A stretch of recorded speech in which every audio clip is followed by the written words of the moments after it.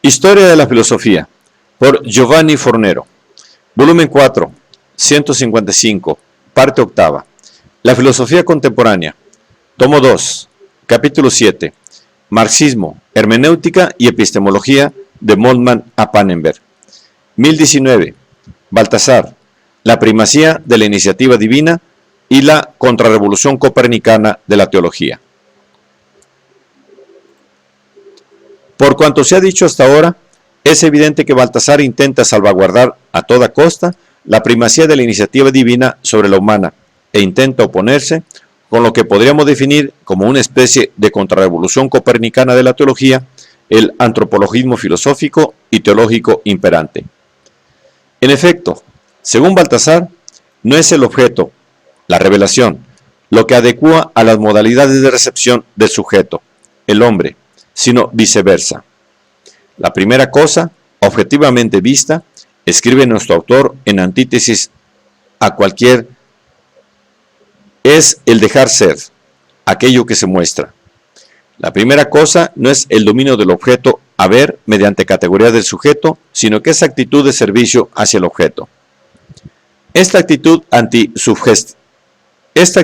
antisubjetivística consiste en dejar ser aquello que es, o mejor, en dejar suceder lo que sucede, por el hecho mismo de excluir una funcionalización del objeto para con las necesidades y las expectativas teóricas y prácticas del sujeto, implica, por parte de Baltasar, un rechazo explícito del método trascendental y de su pretensión de construir el objeto partiendo del sujeto.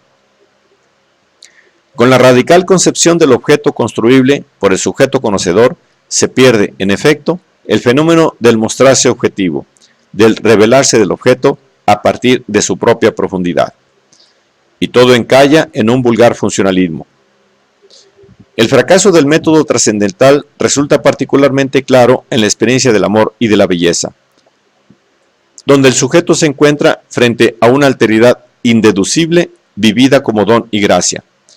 Tal como en el amor entre los hombres encontramos al otro como otro, que su libertad no puede ser constreñido, violado por mí, también en la intuición estética es imposible una reconducción de la fuerza que se manifiesta a la propia imaginación, a la propia fantasía. El entendimiento de lo que se revela no es, en ambos casos, una reducción, una absorción en categorías del conocimiento que lo constriñan y se le impongan. Ni el amor en la libertad, su gracia, ni lo bello en su ausencia de toda determinación finalística pueden ser manipulados, por lo menos a través de una exigencia del sujeto. El antitrascendentalismo metodológico de nuestro autor está acompañado a su vez por una polémica repulsa. 1. De los planteamientos subjetivísticos y conciencialísticos modernos. 2. Del giro antropológico de Rahner. Por lo que se refiere al primer punto, Baltasar sostiene que el orden originario y constitutivo del espíritu no es el cogito, es decir, la autonomía conciencial y el encerrarse en sí mismos, sino la apertura estética del ser y la experiencia de una relación de dependencia ante algo que nos supera ilimitadamente, es decir, una situación en la cual, más que el cartesiano cogito ergo sum, es válido el baderiano cogitor ergo sum. El espíritu finito se experimenta como abrazado y tomado, en entrega. Se experimenta su absoluta dependencia, en el sentido de Agustín y Schleiermacher. Sin poder comprender de qué depende, experimenta que su pequeño pensamiento está contenido en un pensamiento infinito que lo domina también infinitamente. Cogitor ergo sum, por lo cual su personalidad, en fin, no puede, en último análisis, realizar un solo paso espiritual en la libertad o en la servitud, sin imitar un arquetipo pobre e inasible, porque es absoluto e infinito. Por cuanto se refiere al segundo punto, Rahner ha sido, para Baltasar, el gran antagonista teológico.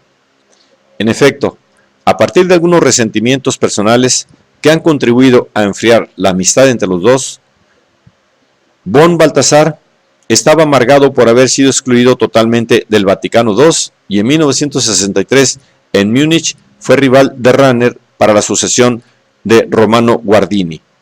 Nuestro autor ha visto siempre en la pasión trascendental de Rahner un serio peligro para la teología.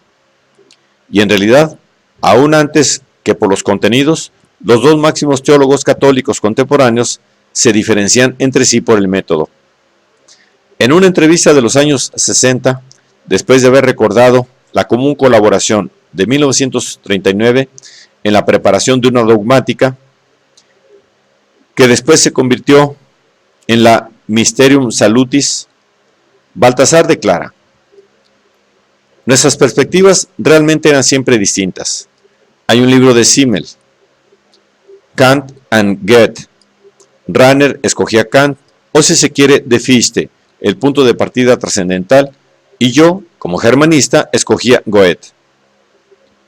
Por lo demás, desde la recensión de Rahner, aún concediendo al teólogo de Friburgo haber formulado la interpretación, quizás más profunda, de la más reciente escolástica, lamentaba la esencia de una metafísica del objeto, capaz de equilibrar el ethos fictiano del escrito y la preferencia concedida a la estructura de trascendencia del sujeto.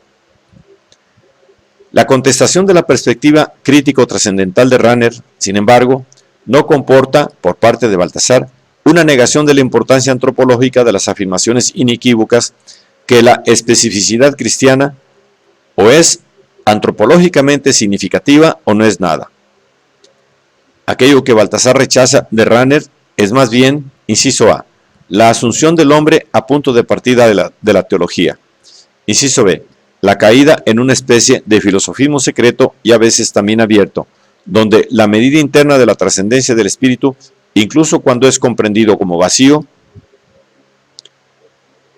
y nociones semejantes, se convierte de alguna manera en medida misma de la revelación. Contra las varias formas de trascendentalismo teológico y contra el riesgo de poner unos límites perjudiciales a la libertad de Dios, Baltasar replica, en cambio, que el hombre no puede constituir criterio de medida para Dios, ni la respuesta del hombre ser criterio de medida para el hombre que a él se dirige. En antítesis a todo tipo de kantismo teológico, él advierte además que las condiciones subjetivas de la posibilidad para que el objeto pueda ser percibido como evidente, que pudiendo ser también muy amplias, no pueden con todo entrar nunca y de ningún modo en la constitución de la evidencia objetiva, condicionarla simplemente o sustituirla. Toda forma, por más que existencial, de kantismo en teología, está destinada a falsear o a olvidar el fenómeno. Ni siquiera el axioma escolástico, que en términos modernos vendría a decir que el objeto exige una comprensión categorial o existencial, puede limitar cuanto hemos afirmado. Cristo, en efecto, es aquello que él exterioriza por sí mismo. Él no es, pues, dependiente de alguna condición subjetiva que pueda impedirle ser absolutamente comprensible al hombre, o que, al contrario, sin su gracia, pueda ser suficiente para poderlo recibir y comprender. La precomprensión fundamental no es algo que el sujeto lleva como contribución al conocimiento cristiano. Ella, al contrario, es dada necesariamente por el hecho simple y objetivo de que Dios se hace hombre, y se da, por lo tanto, una correspondencia entre él y las formas universales humanas de la existencia y del pensamiento. La tesis de la primacía de la iniciativa divina sobre la humana, que es el punto de convergencia entre Baltasar y Barth, el concepto del Geschehen lassen, la invitación a desnudarse de las preocupaciones a priorísticas, permitiendo que Dios sea Dios y se muestre libremente a sí mismo, el subrayado de la evidencia objetiva frente a la subjetiva, etc., podría sugerir la idea de que nuestro autor tiene una visión pasiva del hombre.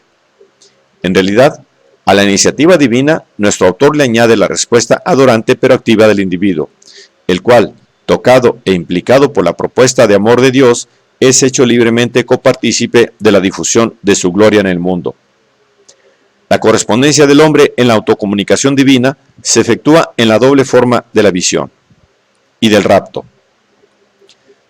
Si con el primer término Baltasar alude a la percepción de gloria del Alfa Cristo, con el segundo, ser raptado por la gloria de Dios, su amor, hasta no ser espectadores, sino colaboradores de la gloria. Arrancando de la alienación del pecado, el hombre llega con este rapto a Dios y al mismo tiempo a sí mismo. En otros términos, la contemplación raptada o estética de la gloria no implica en absoluto, según Baltasar, una recepción pasiva de la revelación salvífica, como si se tratase de espectáculo teatral para el hombre, sino un compromiso de estar en el mundo en laudem gloria. Éxtasis no significa alienación del ser finito de sí mismo, para reencontrarse en su autenticidad más allá de sí mismo en el infinito, sino que significa superación de nuestra extrañeidad ante el amor absoluto en el cual yo, o también el nosotros, en el cual el yo, o también el nosotros, finito, encerrado en sí mismo, ante todo y sobre todo vive, significa ser atraídos a la esfera de la gloria.